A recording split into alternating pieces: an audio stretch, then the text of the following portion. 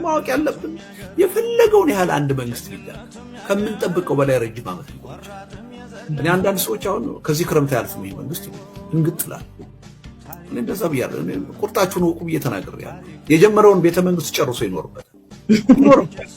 ስለተመኘን አይደለም፣ መጥፎነቱን ስላወራን አይደለም፣ ስለፈለግን አይደለም። በፍላጎትና በምኞት ነው ነገር ከምንገምተው በላይ ረጅም ዓመት ሊቆይ ይችላል። ይሄ ደግሞ በታሪክ በእኛም ሀገር በሌሎች ሀገሮችም ደጋግሞ ታይቷል።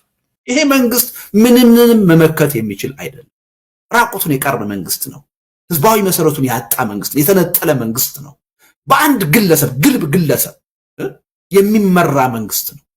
ያለምንም ህጋዊ ማዕቀፍ ያለ መዋቅር ይሁንታ በአንድ ግለሰብ እንደተፈለገ የሚመራ መንግስት ነው።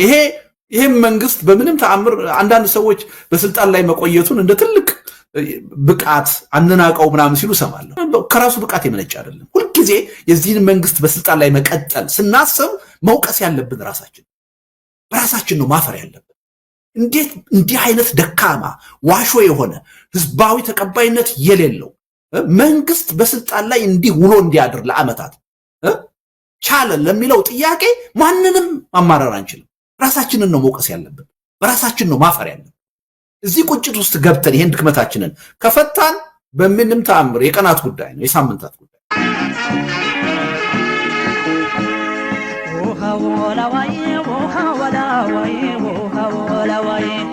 ያንቺም ልብ እንደኔ ይናፍቃል